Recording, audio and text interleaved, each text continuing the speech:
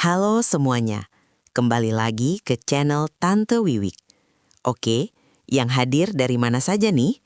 Jangan lupa subscribe, komen, dan nyalakan loncengnya ya. Cahaya kecil di ruang kusam. Aroma desinfektan yang tajam bercampur dengan bau pembersih rantai yang khas menusuk indera penciuman Natasha. Ia mengerang pelan, mencoba menggeser tubuhnya yang terasa kaku. Rasa nyeri yang hebat segera menjalar dari perut bagian bawah. Bekas jahitan operasi itu terasa seperti disayat sembilu setiap kali ia bernapas terlalu dalam. Natasha membuka matanya perlahan. Langit-langit ruangan itu berwarna putih kusam dengan noda bekas rembesan air di salah satu sudutnya. Ini bukan rumah sakit mewah dengan fasilitas lengkap. Ini adalah bangsal kelas 3 di sebuah rumah sakit daerah yang sederhana. Namun bagi Natasha, ruangan ini adalah saksi bisu dari perjuangan hidup dan matinya semalam.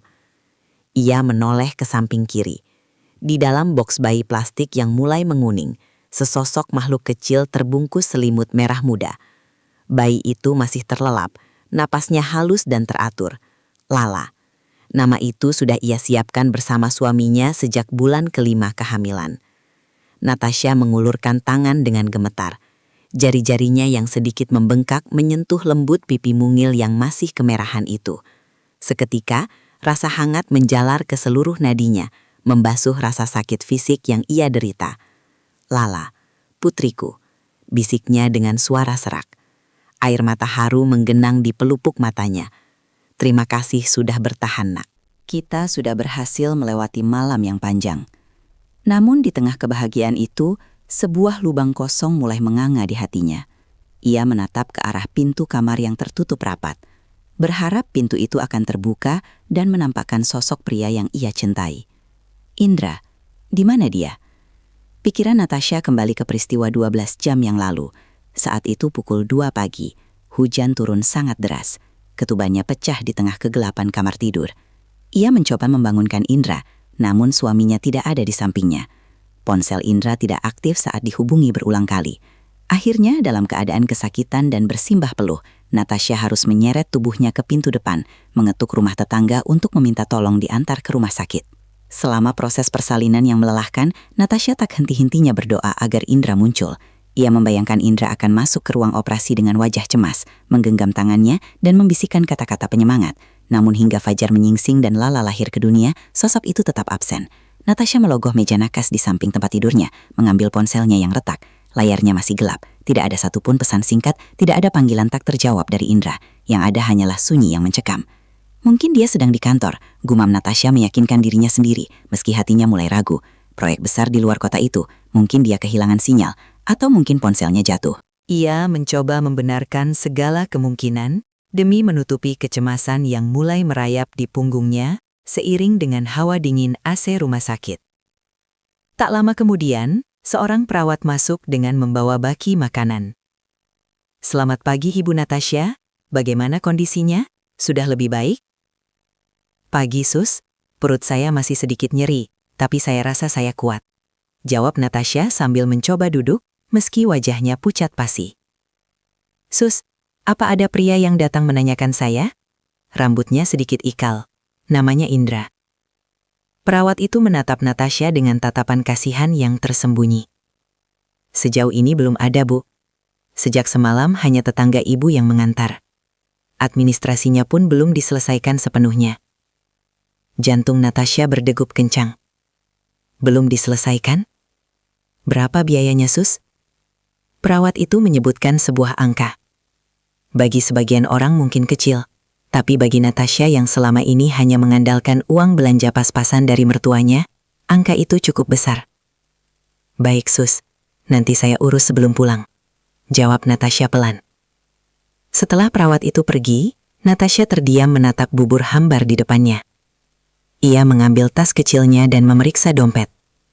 Uang simpanan hasil dari sisa uang belanja selama berbulan-bulan hanya tersisa sedikit. Indra belum memberinya uang bulanan untuk bulan ini, dengan alasan perusahaan ayahnya sedang mengalami kemacetan arus kas. "Kenapa kau belum datang, Mas?" batinnya pilu. Siang harinya, dokter menyatakan Natasha sudah bisa pulang. Rumah sakit yang penuh sesak itu memang tidak bisa membiarkan pasien kelas 3 tinggal terlalu lama jika kondisinya dianggap stabil. Dengan sisa tenaga yang tada, Natasha mengemasi pakaian bayinya yang hanya beberapa potong. Ia mengenakan hijab sederhananya dengan tangan bergetar, merapikannya di depan cermin kecil yang buram. Wajahnya di cermin tampak 10 tahun lebih tua, matanya cekung dengan lingkaran hitam yang dalam. Ia menggendong Lala dengan satu tangan, sementara tangan lainnya menyeret tas kecil yang terasa berat. Setiap langkah yang ia ambil adalah siksaan bagi jahitannya, namun ia harus kuat. Ia membayar biaya rumah sakit dengan seluruh uang yang ia miliki di dompet, hingga hanya tersisa beberapa lembar uang 10 ribuan untuk ongkos taksi. Sinar matahari siang itu sangat terik saat Natasha melangkah keluar dari lobi rumah sakit. Ia memesan taksi online dengan jemari yang gemetar. Alamat yang ia ketik adalah rumah mertuanya, sebuah rumah megah bercat krem di kawasan komplek yang tenang. Rumah yang selama 2 tahun terakhir ia tempati bersama Indra setelah pernikahan mereka. Di dalam taksi, Lala mulai merengek kecil. Natasha menyusui bayinya dengan perlahan, menatap keluar jendela melihat hiruk-pikuk kota yang terasa asing. Ia membayangkan adegan yang indah saat sampai di rumah nanti. Indra akan berlari menyambutnya di depan gerbang, mengambil tas dari tangannya, lalu mencium keningnya dan menggendong Lala dengan air mata bahagia. Ibu Sukma, ibu mertuanya, mungkin akan sedikit melunak melihat cucu pertamanya. Pak Haryono mungkin akan tersenyum bangga. Namun, semakin dekat taksi itu ke alamat tujuan, perasaan Natasha semakin tidak enak. Udara di dalam mobil terasa sesak. Saat taksi berhenti tepat di depan gerbang besar rumah mertuanya, suasana tampak sangat sepi.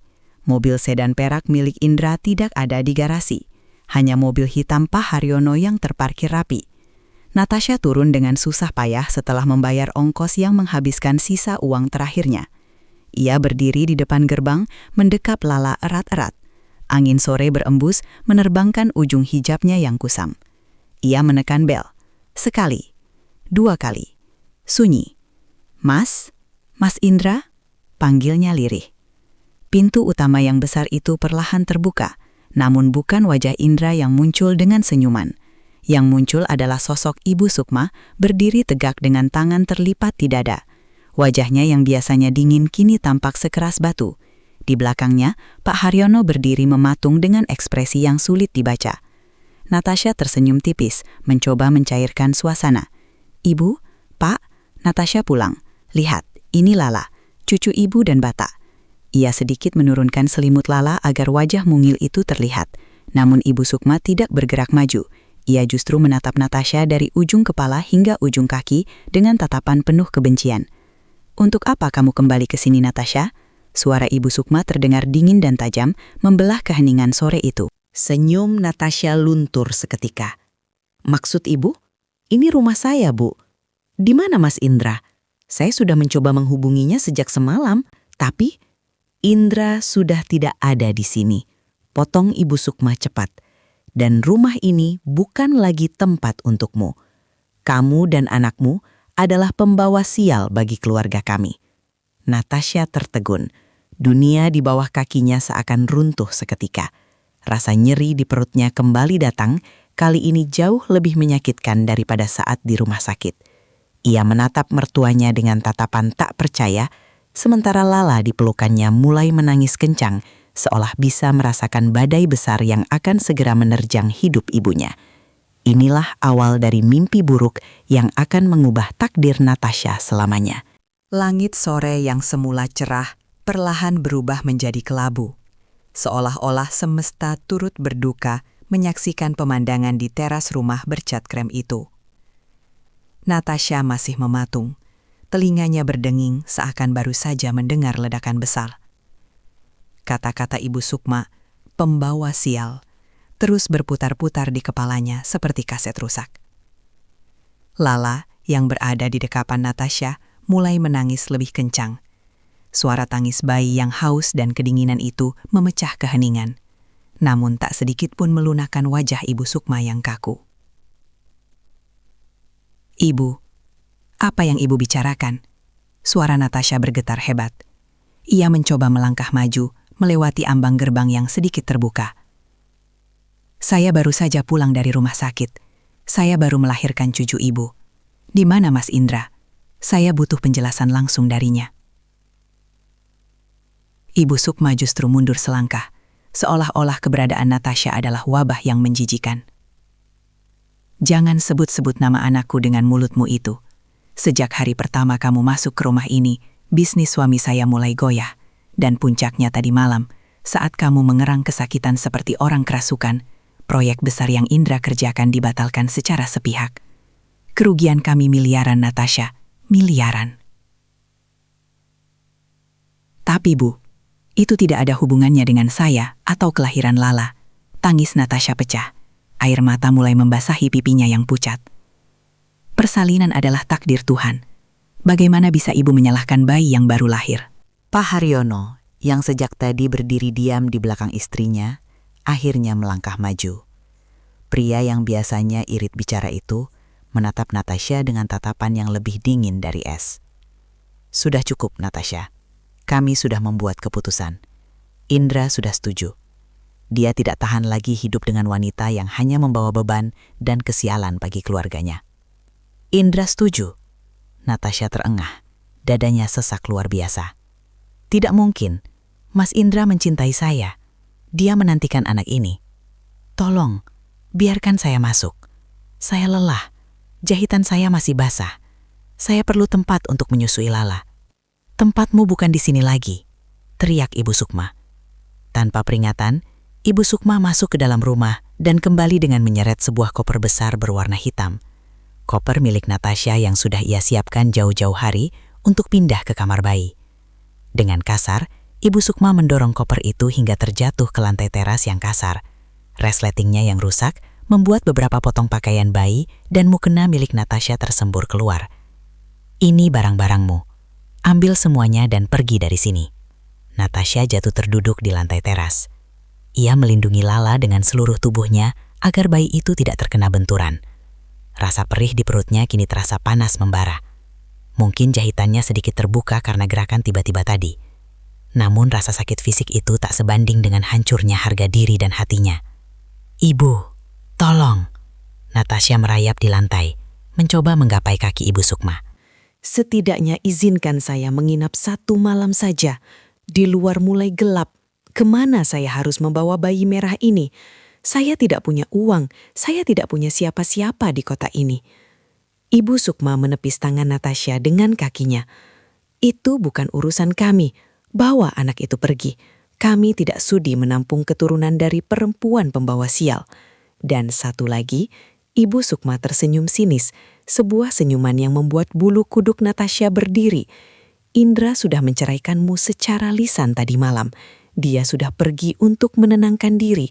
Jangan pernah cari dia lagi. Cerai. Kata itu seperti belati yang menghujam tepat di jantung Natasha. Dunianya gelap seketika.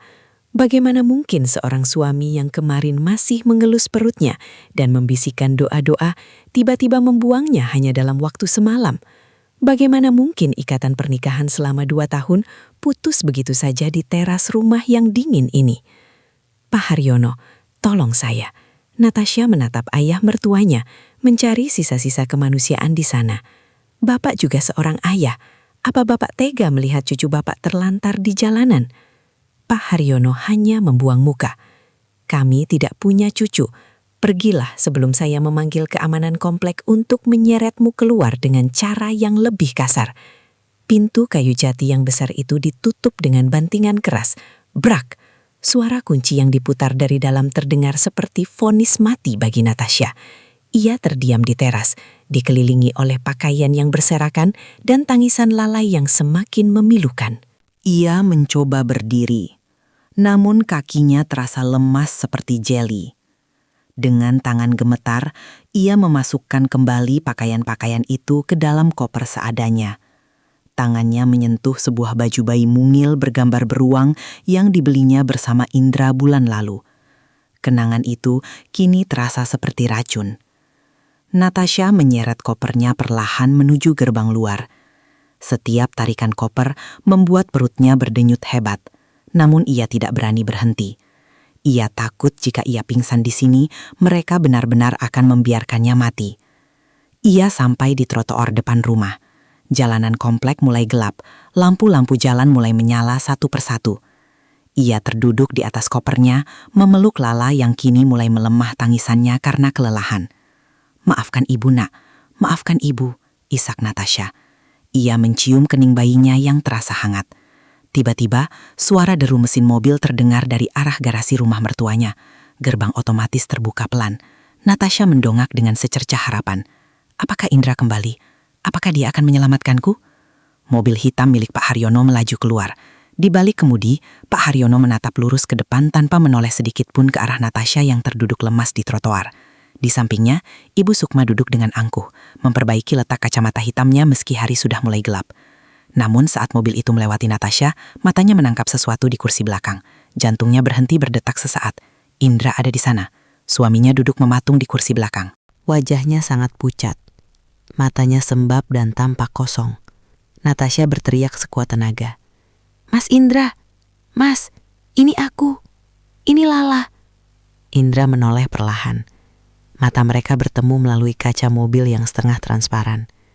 Untuk sepersekian detik, Natasha melihat ketakutan, keputusasaan, dan kesedihan yang mendalam di mata suaminya.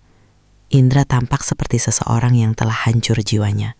Namun, alih-alih meminta mobil berhenti, Indra justru menundukkan kepala sedalam-dalamnya dan menutup matanya rapat-rapat. Mobil itu menambah kecepatan dan menghilang di tikungan jalan, meninggalkan kepulan asap tipis dan keheningan yang mematikan. Natasha terdiam. Ia tidak lagi menangis. Rasa sakitnya telah mencapai titik di mana air mata pun tak sanggup lagi mewakilinya. Ia kini sadar sepenuhnya. Ia benar-benar sendirian. Suaminya tidak pergi karena benci, tapi karena ia terlalu lemah untuk melawan. Dan di dunia yang kejam ini, kelemahan seringkali lebih mematikan daripada kebencian. Ia menatap rumah besar di depannya. Rumah yang selama ini ia sebut rumah, kini hanya sebuah bangunan dingin yang dihuni oleh orang-orang tanpa hati. Natasha merangkul Lala lebih erat. Ia menatap jalanan panjang di depannya yang gelap dan tak menentu. "Kita akan bertahan, Lala. Ibu berjanji. Suatu hari nanti, kita tidak akan pernah memohon lagi pada mereka." Bisiknya dengan suara yang kini terdengar berbeda. Bukan lagi suara Natasha yang lembut dan penuh kepatuhan, melainkan suara seorang ibu yang baru saja kehilangan segalanya, namun menemukan kekuatan untuk bangkit dari abu kehancuran. Malam itu, di bawah cahaya lampu jalan yang redup, Natasha memulai langkah pertamanya sebagai gelandangan, membawa luka jahitan yang masih basah dan dendam yang mulai membara. Malam pertama di jalanan adalah sebuah horor yang nyata bagi Natasha. Langkah kakinya yang terseok-seok membawanya menjauh dari kompleks elit yang kini terasa seperti penjara yang baru saja memuntahkannya.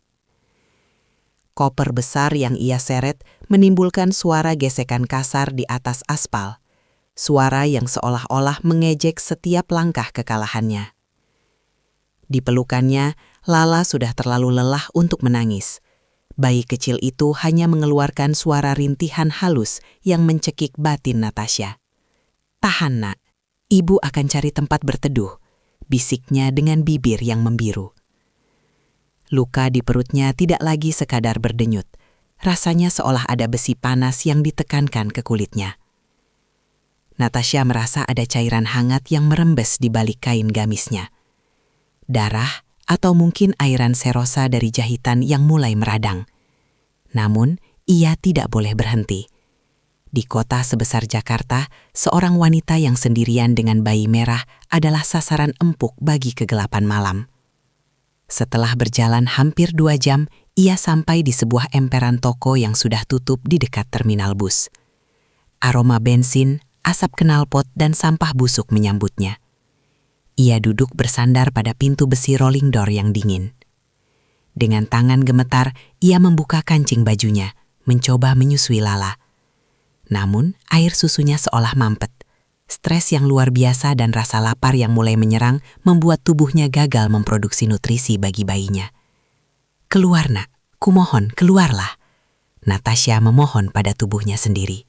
Ia mulai terisak pelan saat Lala mulai gelisah karena tak mendapatkan apa-apa. Malam itu Natasha tidak tidur. Ia terjaga dengan mata waspada, memeluk erat tas kecil berisi surat-surat penting dan bayinya, sementara tikus-tikus besar berlarian di selokan depan matanya. Ia sadar ia tidak bisa terus seperti ini. Jika ia ingin Lala hidup, ia harus menanggalkan harga dirinya sedalam mungkin ke dasar bumi. Tahun pertama adalah sekolah kehidupan yang paling brutal bagi Natasha. Keajaiban kecil datang keesokan paginya dalam bentuk seorang wanita paruh baya bernama Ibu Tini, pemilik warung nasi Tegal di pinggiran terminal. Melihat Natasha yang duduk pucat dengan bayi di emperan, Ibu Tini tidak mengusirnya. Sebaliknya, ia memberikan segelas teh hangat dan semangkuk bubur sisa semalam. "Kamu punya siapa di sini, Neng?" tanya Ibu Tini dengan logat Jawa yang kental. "Tidak ada, Bu. Suami saya pergi," jawab Natasha pendek. Ia tidak sanggup menceritakan bahwa ia diusir seperti sampah oleh orang kaya. Atas belas kasihan Ibu Tini, Natasha diizinkan tinggal di sebuah kamar kontrakan petak di belakang warung.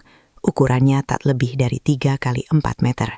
Dindingnya terbuat dari triplek yang sudah berjamur dan atap sengnya akan mengeluarkan suara gaduh luar biasa saat hujan turun, seolah-olah ribuan kerikil dilemparkan ke atas kepala mereka. Kamar mandi berada di luar, dipakai bersama dengan 10 penghuni lainnya. Di kamar itulah Natasha memulai transformasinya. Ia menjual satu-satunya benda berharga yang masih melingkar di jarinya, cincin kawin emas putih dari Indra. Ia ingat betul saat Indra memakaikannya, berjanji akan menjaganya selamanya. Saat toko emas menimbang cincin itu dan memberinya beberapa lembar uang ratusan ribu, Natasha merasa separuh jiwanya ikut ditimbang dan dijual. Uang itu ia gunakan untuk membeli susu formula, karena air susunya benar-benar berhenti, dan membayar sewa kontrakan 2 bulan ke depan. Sisa uangnya ia gunakan untuk membeli sebuah mesin jahit manual bekas yang karatnya sudah di mana-mana. "Aku harus hidup," gumamnya setiap pagi saat melihat wajah Lala yang mulai berisi. Lala tidak boleh merasakan lapar seperti malam itu. Hari-hari Natasha berubah menjadi rutinitas yang melelahkan. Pagi hari ia membantu Ibu Tini di warung, mengupas berkarung-karung bawang merah hingga matanya perih dan berair, mencuci tumpukan piring berminyak, hingga menyapu lantai yang penuh remah makanan. Imbalannya adalah sisa lauk hari itu dan sedikit uang saku. Malam hari, saat Lala sudah tertidur di atas kasur lantai yang tipis, Natasha duduk di depan mesin jahitnya. Di bawah cahaya bohlam 5 watt yang berkedip-kedip, ia mulai menjahit hijab dan gamis pesanan para tetangga kontrakan atau buruh pabrik di sekitar terminal. "Neng Natasha, jahitanmu rapi sekali, seperti buatan butik," puji seorang pelanggan suatu hari. Natasha hanya tersenyum tipis. Mereka tidak tahu bahwa setiap tusukan jarum itu adalah caranya menyalurkan amarah. Setiap pola yang ia potong adalah caranya mengiris kenangan masa lalu. Tangannya yang dulu halus dan sering memakai krim mahal, kini kasar, penuh bekas luka tusukan jarum dan berbau bawang. Namun bagi Natasha, tangan inilah yang lebih jujur daripada janji-janji Indra. Masalah terbesar muncul saat Lala mulai bisa merangkak dan berjalan. Kamar kontrakan yang sempit menjadi penjara bagi rasa ingin tahu anaknya. Suatu malam, Lala menangis kencang karena lapar, sementara Natasha belum mendapatkan bayaran jahitannya. Tetangga sebelah, seorang pria pemarah yang bekerja sebagai kuli bangunan, menggedor dinding triplek mereka dengan keras. "Woi, diamkan anakmu, berisik sekali, orang mau tidur," teriak pria itu. Natasha hanya bisa memeluk Lala, membekap tangis anaknya di dadanya, sambil membisikkan kata maaf berulang kali. Air matanya jatuh di rambut tipis Lala. Di saat-saat seperti itulah, wajah Ibu Sukma dan Pak Haryono muncul di benaknya. Ia membayangkan mereka sedang makan malam mewah di atas meja jati mereka, sementara cucu mereka sendiri sedang menangis kelaparan di sebuah lubang sempit yang mereka sebut rumah. "Kenapa mereka begitu kejam?"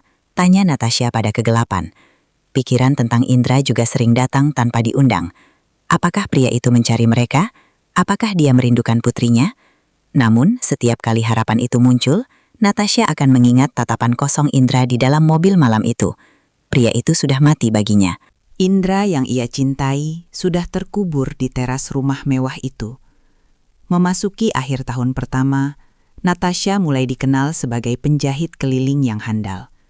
Ia mulai mengumpulkan sedikit demi sedikit uang di dalam celengan plastik berbentuk ayam milik Lala. Ia tidak lagi memakai hijab yang bagus. Hijabnya kini pudar warnanya. Gamisnya sudah berkali-kali ditambal. Namun matanya yang dulu selalu tampak ragu dan penuh ketakutan, kini berubah menjadi tajam dan waspada. Ia telah belajar cara menawar harga di pasar dengan galak, cara menghadapi preman terminal yang mencoba menggodanya, dan cara menyembunyikan rasa sakit di punggungnya demi menyelesaikan satu jahitan lagi. Lala tumbuh menjadi anak yang cerdas namun pendiam. Ia seolah mengerti bahwa ibunya sedang memikul beban dunia di bahunya. Di usianya yang baru setahun lebih, Lala sudah bisa duduk diam di samping Natasha yang sedang menjahit, bermain dengan potongan-potongan kain perca sisa. "Lala sayang ibu?" tanya Natasha suatu malam, saat ia baru saja menyelesaikan jahitan terakhir pada jam 2 dini hari. Lala mengangguk kecil, memeluk leher Natasha dengan tangan mungilnya yang hangat. "Sayang ibu?" Natasha memejamkan mata, menghirup aroma keringat dan bedak bayi murah di tubuh anaknya. Di tengah kemiskinan dan kehinaan ini, ia menemukan sesuatu yang tidak pernah ia miliki saat tinggal di rumah mewah mertuanya, kekuatan sejati. Ia bukan lagi Natasha yang manja, ia adalah seorang pejuang. Dan tanpa ia sadari, roda takdir mulai bergerak perlahan, menyiapkan sebuah pertemuan di sebuah halte bus yang akan menghancurkan kesunyian 3 tahunnya secara total. Waktu adalah tabib yang aneh. Ia tidak menyembuhkan luka, ia hanya melapisinya dengan kulit baru yang lebih tebal dan kasar. Tahun kedua bagi Natasha adalah fase di mana ia berhenti menangis. Air matanya seolah telah mengering bersama keringat yang ia peras setiap hari di bawah terik matahari terminal. Jika tahun pertama adalah tentang bertahan hidup, tahun kedua dan ketiga adalah tentang membangun benteng. Lala tumbuh melampaui ekspektasi. Di usianya yang menginjak 2 tahun, ia bukan lagi bayi merah yang lemah. Ia adalah balita yang lincah, dengan mata bulat besar yang sangat mirip dengan Natasha, namun memiliki garis rahang yang tegas warisan dari ayahnya. Kemiripan fisik itu seringkali menjadi belati tersembunyi bagi Natasha. Setiap kali Lala tersenyum, Natasha melihat bayangan Indra, pria yang telah membuangnya ke jalanan tanpa secercah belas kasihan. "Ibu, lihat, Lala bisa buat bunga," seru balita itu suatu sore. Lala memamerkan potongan kain perca yang ia susun sedemikian rupa di atas lantai semen kontrakan mereka. Natasha, yang tengah fokus mengayuh mesin jahit manualnya hingga kakinya pegal, menoleh sejenak. Ia tersenyum, sebuah senyum tulus yang hanya ia simpan untuk putri kecilnya. "Cantik sekali, Nak. Nanti kalau sudah besar, Lala jadi perancang busana hebat ya." "Apa itu perancang busana, Bu?" "Orang yang membuat baju-baju indah untuk putri raja," jawab Natasha lembut. Namun di balik percakapan manis itu, kenyataan tetaplah pahit. Ekonomi tidak pernah benar-benar membaik. Meskipun pesanan jahitan Natasha mulai stabil, harga kebutuhan pokok terus melonjak. Susu formula yang dulu bisa ia beli 2 kaleng sebulan, kini harus ia hemat-hemat dengan mencampurnya dengan air tajin jika uang saku dari warung Ibu Tini tidak mencukupi. Memasuki tahun ketiga, tantangan baru muncul, rasa ingin tahu Lala. Anak itu mulai memperhatikan dunia luar. Dari jendela kecil kontrakan mereka yang hanya ditutupi plastik transparan, Lala sering melihat anak-anak tetangga dijemput oleh ayah mereka sepulang kerja. Ia melihat bagaimana para ayah itu menggendong anak-anak mereka, membelikan balon, atau sekadar membonceng mereka di atas motor butut. Suatu sore, saat mereka sedang duduk di depan warung Ibu Tini menunggu hujan reda, seorang pria datang menjemput putrinya. Gadis kecil itu berlari sambil berteriak, "Ayah, ayah datang!" Pria itu tertawa, mengangkat anaknya tinggi-tinggi, lalu mencium pipinya dengan gemas. Lala yang sedang memegang boneka kain lusuh buatan ibunya, terdiam. Matanya tak lepas dari pemandangan itu. Ia menoleh ke arah Natasha yang sedang sibuk mengupas bawang merah. "Ibu," panggil Lala lirih. "Ya sayang." "Ayah, Lala punya ayah?" Tangan Natasha yang memegang pisau mendadak kaku. Pertanyaan itu, yang selama ini ia takutkan, akhirnya keluar dari bibir mungil anaknya. Ia merasa udara di sekitarnya mendadak hilang. Aroma bawang yang tajam seolah menusuk langsung ke jantungnya. Natasha meletakkan pisaunya, menyekat tangannya yang kotor ke kain lap, lalu menarik Lala ke dalam pangkuannya. Ia harus berhati-hati. Ia tidak ingin meracuni hati anaknya dengan kebencian. Tapi ia juga tidak sanggup memberikan harapan palsu. Tentu saja Lala punya ayah. Semua anak punya ayah. Jawab Natasha. Suaranya sedikit bergetar. Terus, ayah Lala di mana? Kenapa tidak datang jemput Lala seperti ayahnya Sarah? Natasha menarik napas panjang, menatap langit kelabu yang mulai menumpahkan rintik hujan. Ayah sedang bekerja di tempat yang sangat-sangat jauh, Lala. Jauh sekali melintasi lautan. Apa ayah tidak sayang Lala? Apa Lala nakal? Mata Lala mulai berkaca-kaca. Tidak, Nak. Jangan pernah berpikir begitu. Natasha memeluk Lala erat-erat, menyembunyikan wajahnya di bahu kecil anaknya, agar Lala tidak melihat matanya yang memerah. Ayah sayang sekali sama Lala. Ibu juga sayang sekali. Ayah harus bekerja keras, supaya suatu hari nanti Lala bisa sekolah tinggi. Mengerti? Lala mengangguk pelan, meski ketidakpuasan terpancar dari wajahnya. Kapan ayah pulang, Bu? Nanti, kalau tugas ayah sudah selesai. Saat Tuhan bilang sudah waktunya, ayah pasti pulang. Kebohongan putih itu terasa seperti duri di tenggorokan Natasha. Kenyataannya, pria itu mungkin sedang menikmati kopi di teras rumah mewahnya, atau mungkin sudah menikahi wanita lain pilihan ibunya, sementara anaknya sendiri tumbuh di lingkungan yang keras dan penuh debu. Tahun ketiga juga membawa perubahan pada fisik Natasha. Ia bukan lagi wanita muda yang tampak rapuh. Wajahnya menirus, tulang pipinya menonjol, dan kulitnya menjadi lebih gelap karena sering terpapar matahari saat mengantar jahitan. Namun, ada kewibawaan yang muncul dari kemelaratan. Para preman pasar yang dulu sering menggoda, kini segan padanya. Mereka memanggilnya Mbak Natasha dengan nada hormat, karena mereka tahu wanita ini adalah petarung sejati. Suatu hari, mesin jahit manualnya rusak parah. Bagian engkolnya patah dan tidak bisa diperbaiki lagi. Itu adalah alat kerja utamanya, satu-satunya sumber napas ekonomi mereka. Natasha terduduk lemas di samping mesin itu, merasa seolah dunia kembali mengkhianatinya. Ya Tuhan, apa lagi yang Engkau inginkan dariku? Isaknya pelan di tengah malam sunyi. Lala, yang terbangun karena mendengar suara ibunya, merangkak mendekat. Ia tidak bertanya apa-apa. Ia hanya memegang tangan Natasha yang kasar dan mencium punggung tangan itu. Ibu jangan nangis. Nanti Lala kasih uang ayam buat ibu. Lala mengambil celengan plastik merahnya, mencoba membukanya dengan paksa. Hati Natasha hancur berkeping-keping. Di saat ia merasa gagal sebagai ibu, anaknya justru menjadi pelita yang paling terang. Ia menghapus air matanya, memeluk Lala, dan berjanji dalam hati bahwa besok ia akan bekerja 2 kali lebih keras. Ia akan mencuci baju lebih banyak di warung Ibu Tini. Ia akan melakukan apa saja, asalkan mesin itu bisa diganti. Namun, nasib memiliki selera humor yang gelap.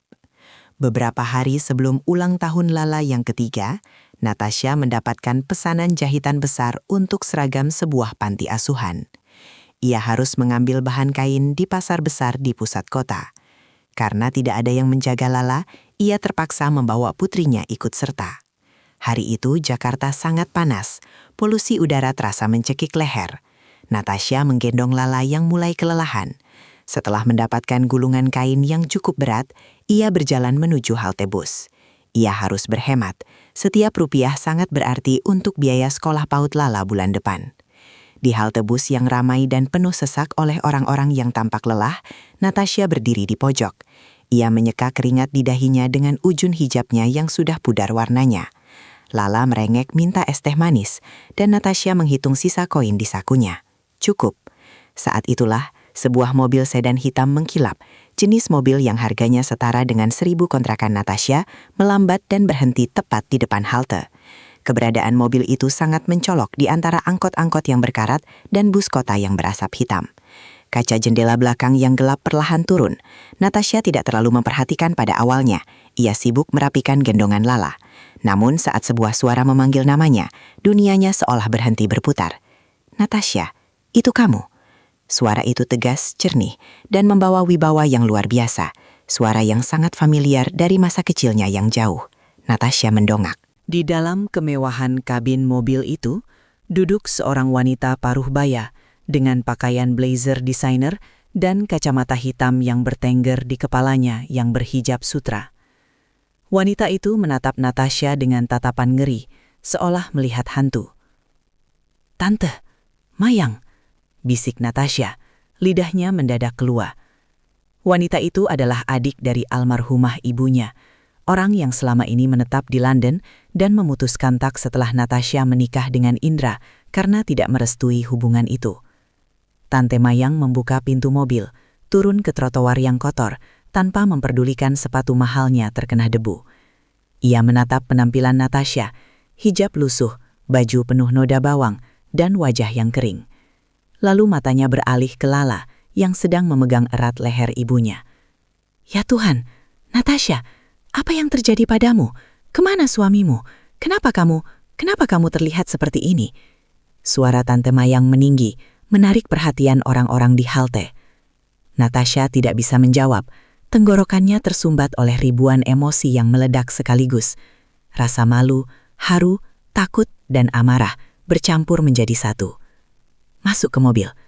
Sekarang," perintah Tante Mayang tak tertentahkan. "Tapi Tante..." "Tidak ada tapi-tapi. Masuk, sebelum aku pingsan melihatmu berdiri di sini." Natasha pun melangkah masuk ke dalam mobil mewah itu, membawa debu terminal ke dalam interior kulit yang harum. Pintu tertutup dengan suara dek yang solid, memutus kebisingan jalanan secara instan. Di dalam keheningan yang dingin karena AC, Natasha menyadari satu hal. Hidupnya yang penuh debu selama 3 tahun terakhir baru saja bertabrakan dengan badai yang akan mengubah segalanya. Begitu pintu mobil tertutup, kebisingan terminal yang memekakkan telinga mendadak lenyap, digantikan oleh kesunyian yang mewah dan aroma parfum sandalwood yang mahal. Natasha duduk kaku di atas jok kulit yang sangat empuk, merasa sangat tidak pantas dengan gamis lusuhnya yang berbau bawang dan keringat. Lala, yang biasanya lincah, kini tampak terpaku, matanya yang bulat menatap sekeliling interior mobil dengan rasa takjub yang murni. Tante Mayang tidak segera bicara. Ia menatap Natasha dari ujung kepala hingga ujung kaki, lalu beralih ke Lala. Matanya berkaca-kaca, ada campuran antara amarah yang membara dan kesedihan yang mendalam di balik kacamata hitamnya. "Sofir, jalan, ke apartemen saya," perintah Tante Mayang pendek. Suaranya bergetar, menahan emosi yang meluap. "Tante, maafkan saya sangat kotor, saya akan mengotori kursi Tante," bisik Natasha pelan, mencoba menutupi noda di bajunya dengan tangannya yang kasar. Tante Mayang tiba-tiba meraih tangan Natasha, menggenggamnya erat. Ia terkesiap saat merasakan tekstur kulit keponakannya yang kini kasar dan penuh bekas luka tusukan jarum. "Jangan bicara bodoh, Natasha. Kursi ini bisa dibeli lagi, tapi melihatmu seperti ini, melihat cucu kakakku seperti ini. Apa yang dilakukan Indra padamu? Di mana bajingan itu?" Mendengar nama Indra, Natasha memalingkan wajah ke jendela. Dia sudah membuang kami, Tante. Tepat di hari saya pulang dari rumah sakit 3 tahun lalu." Tante Mayang memukul sandaran kursi di depannya. Sudah kuduga, keluarga parasit itu pasti melakukan sesuatu. Tapi aku tidak menyangka mereka sejahat ini. Selama perjalanan menuju pusat kota, Natasha menceritakan segalanya secara singkat. Tentang pengusiran itu, tentang tuduhan pembawa sial, dan tentang bagaimana ia melihat Indra hanya diam di dalam mobil saat ia terteduk di trotoar. Tante Mayang mendengarkan dengan rahang yang mengeras, jemarinya mencengkram tas kulit bermereknya hingga kukunya memutih. Mobil itu akhirnya memasuki kawasan apartemen pencakar langit di pusat Jakarta. Natasha dan Lala dibawa masuk sebuah penthouse yang luasnya mungkin 10 kali lipat dari rumah mertuanya dulu. Dinding kacanya menyuguhkan pemandangan kota yang angkuh. "Duduk, Natasha. Makanlah dulu. Saya sudah meminta pelayan menyiapkan makanan untukmu dan anakmu," kata Tante Mayang. Setelah Lala kenyang dan mulai tertidur di sofa mewah karena kelelahan, Tante Mayang mengajak Natasha duduk di balkon yang tinggi. Angin malam bertiup kincang menerbangkan hijab pudar Natasha. "Natasha, Ada alasan kenapa aku tidak mencarimu selama 3 tahun ini. Tante Mayang memulai. Suaranya kini lebih tenang, namun sangat serius. Aku berada di London, mengurus sengketa bisnis yang ditinggalkan ibumu. Dan aku berpikir, aku ingin kamu membuktikan bahwa pilihanmu menikahi Indra adalah benar. Aku ingin kamu hidup mandiri dulu. Tapi aku tidak tahu jika mereka menutup aksesmu sepenuhnya. Tante Mayang mengeluarkan sebuah map kulit berwarna hitam dari dalam laci meja kerjanya. Ia meletakkannya di depan Natasha. Buka ini. Dengan tangan gemetar, Natasha membukanya. Di dalamnya terdapat sertifikat tanah, saham perusahaan properti, dan surat wasiat yang ditandatangani oleh almarhum ayahnya. Ayah dan ibumu Natasha, mereka bukan hanya pemilik toko bangunan kecil seperti yang mereka ceritakan padamu dulu. Tante Mayang menatap mata Natasha lekat-lekat. Itu semua sandiwara. Ayahmu adalah pemilik utama Arta Group, perusahaan pengembang properti yang membangun hampir separuh gedung di koridor Sudirman ini. Natasha ternganga. Tidak mungkin, Tante. Kami hidup sederhana. Ayah hanya pakai mobil tua. Itu didikan Natasha. Ayahmu takut kemewahan akan menghancurkan karaktermu. Dia ingin kamu menjadi wanita yang kuat sebelum memegang kekuasaan besar. Dan dia tahu, di luar sana banyak pria yang hanya akan mengincar hartamu. Tante Mayang menghela napas panjang. Ayahmu meninggalkan kekayaan yang nilainya, jika dihitung dengan inflasi sekarang, mungkin mencapai triliunan rupiah. Kepala Natasha terasa berputar. Triliunan, sementara ia baru saja hampir menangis karena mesin jahitnya patah. Tapi ada syarat dalam wasiat itu, lanjut Tante Mayang. Dana perwalian dan seluruh aset itu dikunci rapat. Aku ditunjuk sebagai wali amanat. Syarat untuk mencairkannya hanya 2. Pertama, kamu harus menikah secara sah. Kedua, kamu harus melahirkan seorang anak sebagai penerus garis keturunan. Natasha tersentak. Menikah dan punya anak? Jadi, ya, kelahiran Lala adalah kuncinya. Tepat saat Lala lahir, berangkas itu secara hukum terbuka untukmu. Dan itulah alasan kenapa mertuamu mengincarmu sejak awal. Pak Haryono adalah mantan rekan bisnis ayahmu, yang dipecat karena korupsi. Dia tahu persis siapa kamu, meskipun kamu sendiri tidak tahu. Jadi mereka menikahkan aku dengan Indra hanya untuk harta itu. Suara Natasha tercekat. Tepat sekali. Dan ini bagian yang paling menjijikkan. Tante Mayang mengeluarkan beberapa lembar dokumen lain. 3 tahun lalu, tepat seminggu setelah kamu diusir, mereka mencoba mencairkan dana itu ke bank. Mereka membawa surat kuasa yang dipalsukan dengan tanda tanganmu. Mereka juga melampirkan surat keterangan dokter jiwa, yang tentu saja sudah mereka suap, menyatakan bahwa kamu mengalami depresi pasca melahirkan yang parah, tidak stabil secara mental, dan tidak mampu mengurus harta maupun anak. Natasha menutup mulutnya dengan tangan. Air mata kemarahan mulai mengalir. Mereka menuduhku gila. Mereka ingin membuatmu terlihat seperti orang gila yang lari dari rumah dan menelantarkan anak. Sehingga mereka bisa mengambil alih perwalian atas Lala, sang ahli waris kedua, dan mengeruk semua uangnya. Tapi mereka bodoh. Mereka tidak tahu bahwa perwalian itu tidak bisa dipindah tangan tanpa persetujuanku sebagai wali utama di London. Aku langsung memblokir semua akses mereka saat itu juga. Tante Mayang menggenggam bahu Natasha. Mereka gagal total, Natasha. Mereka tidak dapat sepeser pun dari warisan utama.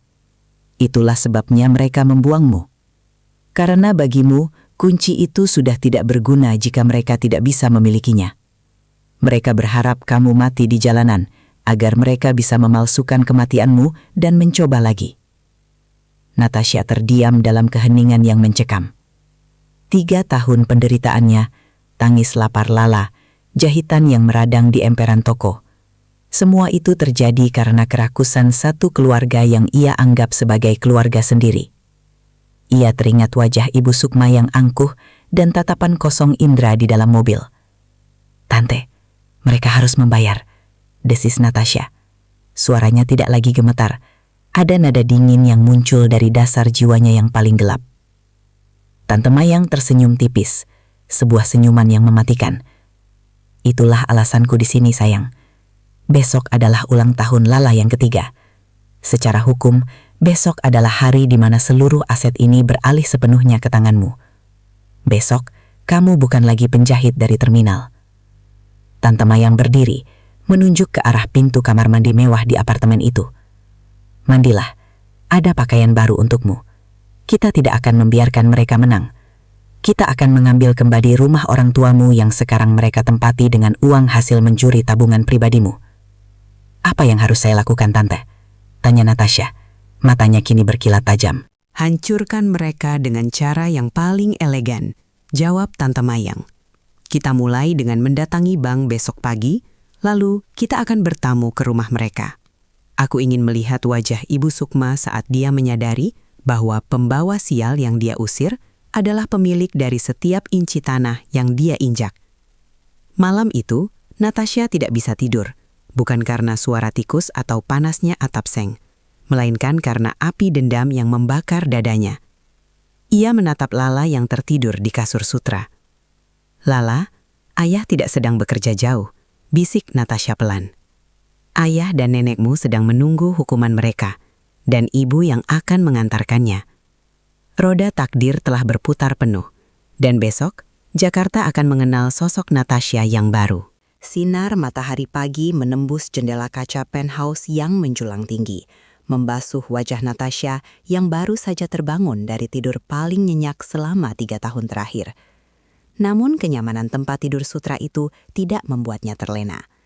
Saat ia bercermin di kamar mandi yang berlapis marmer, ia melihat pantulan wanita yang hampir tidak ia kenali.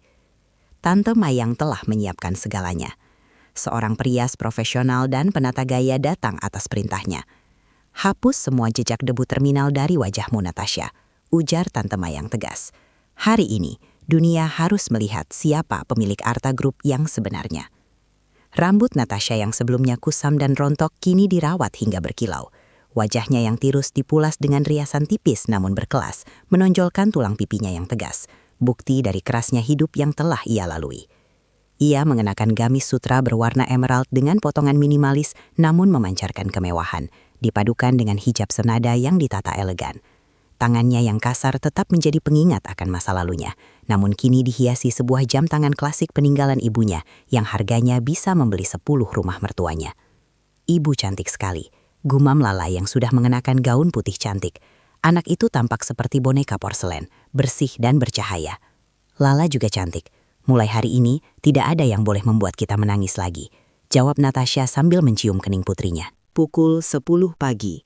Sebuah limosin hitam berhenti di depan gedung pusat bank swasta terbesar di Jakarta. Natasha turun dengan langkah tenang, didampingi Tante Mayang dan 2 pengacara pria berpakaian necis. Kehadiran mereka langsung memicu keheningan di lobi utama.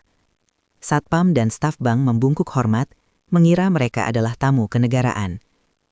Di dalam ruangan VVIP yang kedap suara, jajaran direksi bank sudah menunggu dengan wajah tegang. Direktur utama bank tersebut, seorang pria berambut perak, berdiri dan menyambut mereka dengan tangan gemetar. "Selamat pagi, Ibu Natasha Arta. Kami sudah menyiapkan semua dokumen pencairan dana perwalian sesuai wasiat almarhum Bapak Arta," ucap direktur itu dengan suara rendah. Natasha duduk dengan punggung tegak. Ia melihat tumpukan dokumen di depannya, aset-aset yang selama ini hanya menjadi mimpi bagi keluarga mertuanya. "Saya dengar, 3 tahun lalu ada orang yang mencoba mencairkan dana ini menggunakan surat kuasa palsu," ucap Natasha dingin. Matanya menatap tajam sang direktur. Direktur itu berkeringat dingin. "Benar, Ibu. Pihak keluarga Haryono mencoba berulang kali. Namun karena instruksi wali amanat Ibu Mayang, kami membekukan akses mereka. Mereka sempat membawa surat keterangan medis yang menyatakan Ibu tidak cakap secara mental." Natasha tersenyum tipis, sebuah senyuman yang tidak mencapai matanya. "Dan sekarang, seperti yang Anda lihat, saya sangat cakap. Saya ingin semua akses rekening atas nama Haryono dan Indra yang terhubung dengan dana perwalian ini diputus saat ini juga.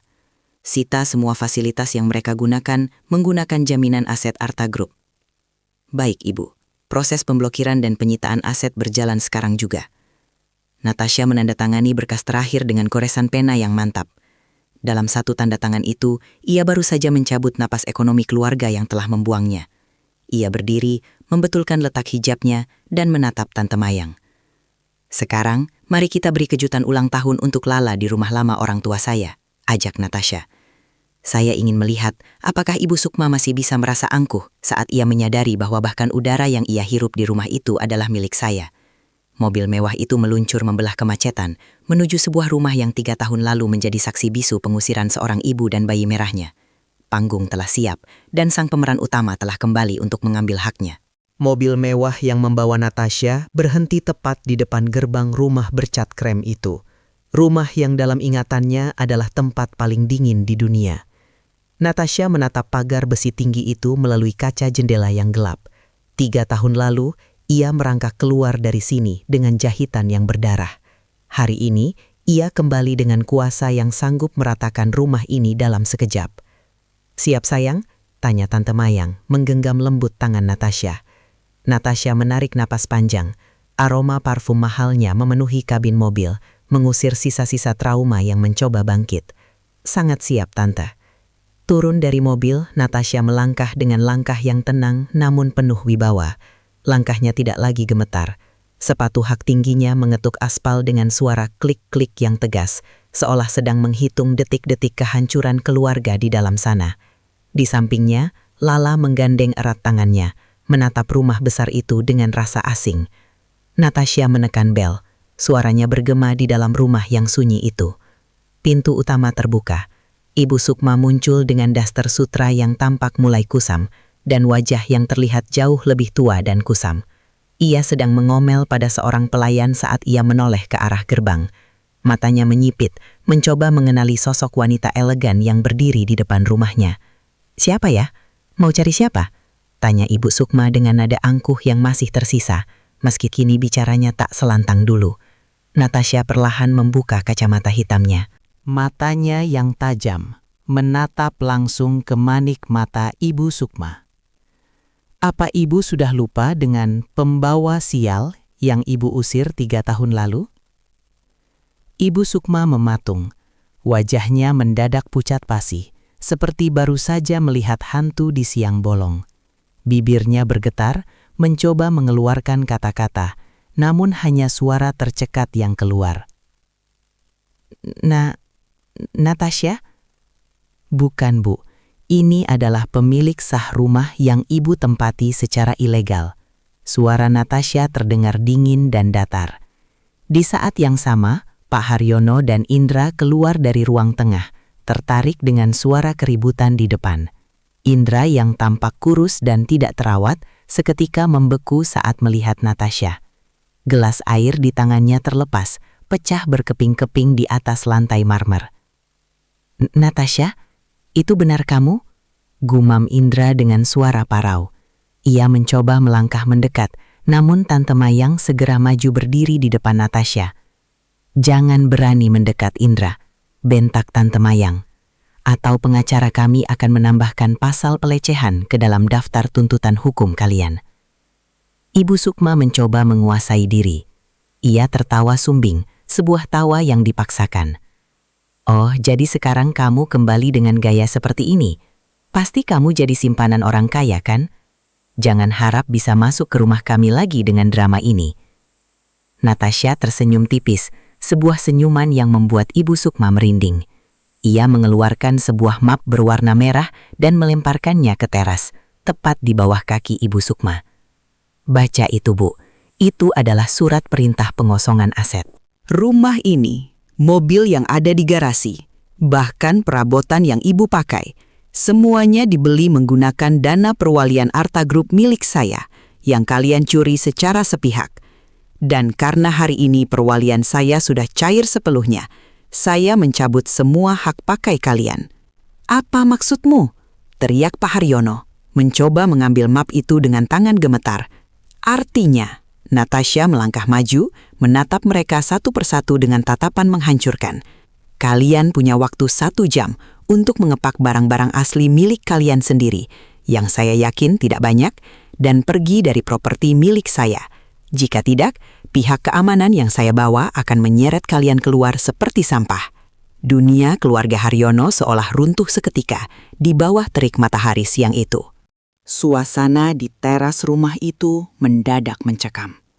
Angin siang yang panas seolah berhenti berhembus, meninggalkan keheningan yang menyesakan.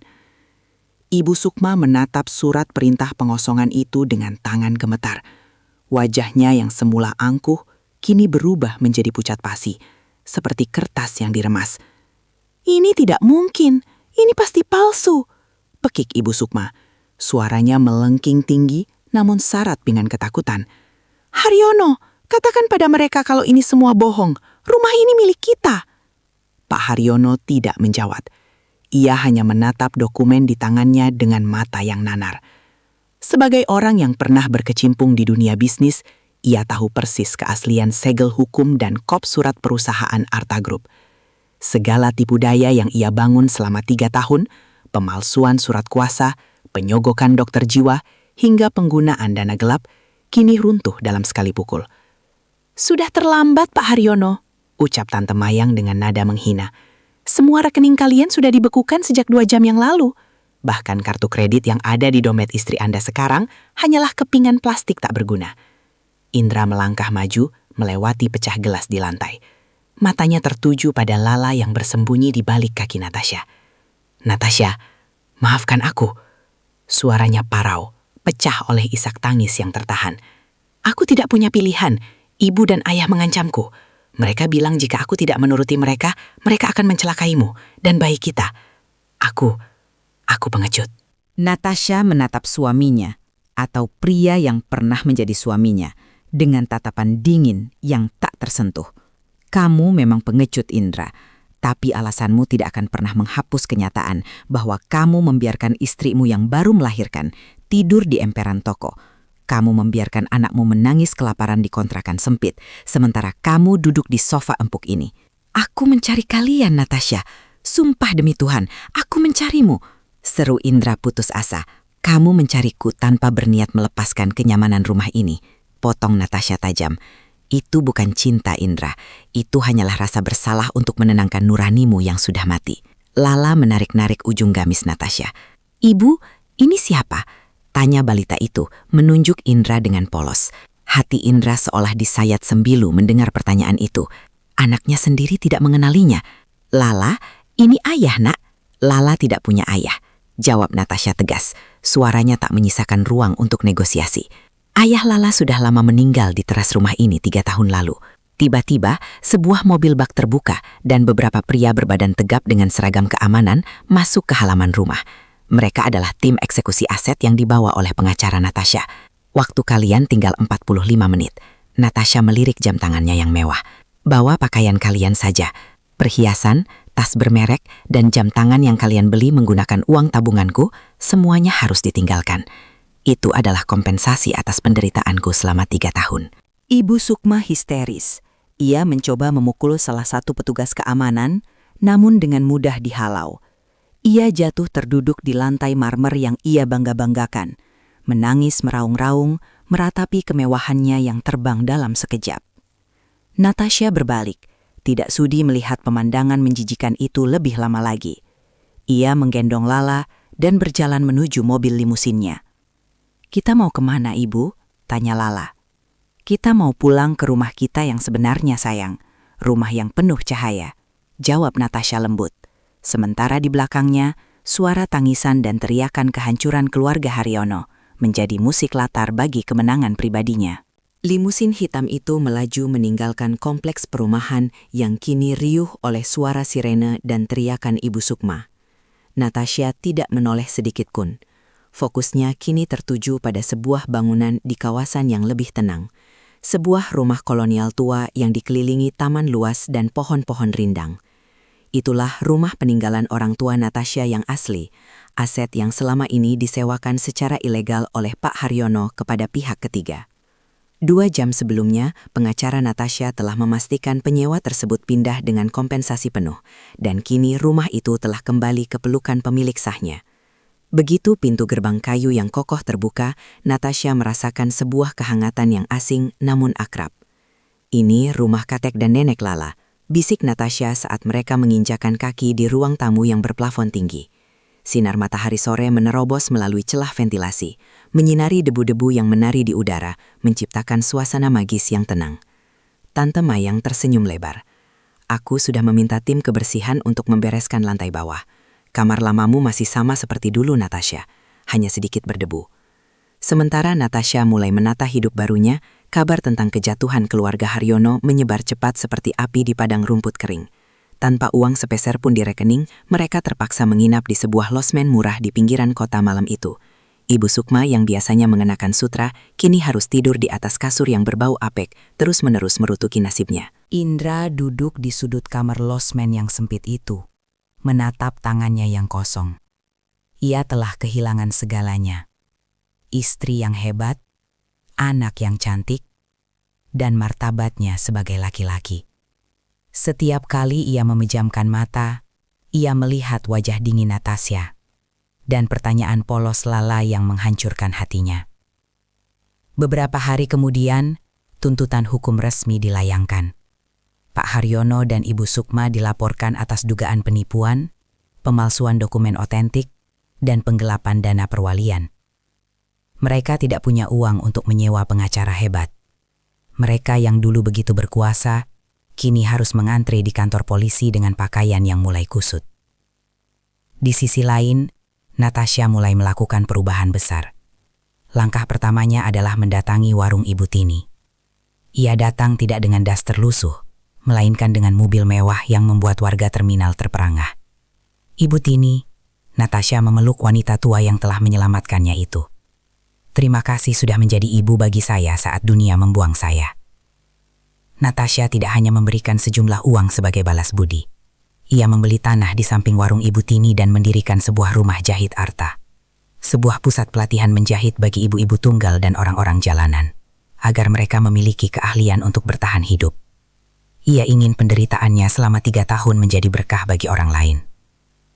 Malam itu, Natasha duduk di balkon rumahnya, menyesap teh hangat sambil menatap bintang-bintang. Tidak ada lagi rasa perih di jahitan perutnya. Tidak ada lagi ketakutan akan gedoran dinding tetangga. "Ibu, besok Lala mau sekolah?" tanya Lala yang sudah mengenakan piyama bersih. "Iya sayang, besok kita beli tas baru dan buku-buku yang banyak," jawab Natasha lembut. Roda takdir telah membawa Natasha dari puncak kebahagiaan ke lembah penderitaan yang paling dalam, dan kini kembali ke puncak dengan kekuatan yang baru. Namun, ia tahu ada satu hal terakhir yang harus ia selesaikan agar jiwanya benar-benar bebas dari bayang-bayang masa lalu. Hujan gerimis membasuh Jakarta sore itu, meninggalkan aroma tanah basah yang menenangkan di taman belakang rumah besar milik keluarga Arta. Natasha berdiri di balik jendela kaca, menatap rintik air dengan perasaan yang jauh lebih ringan.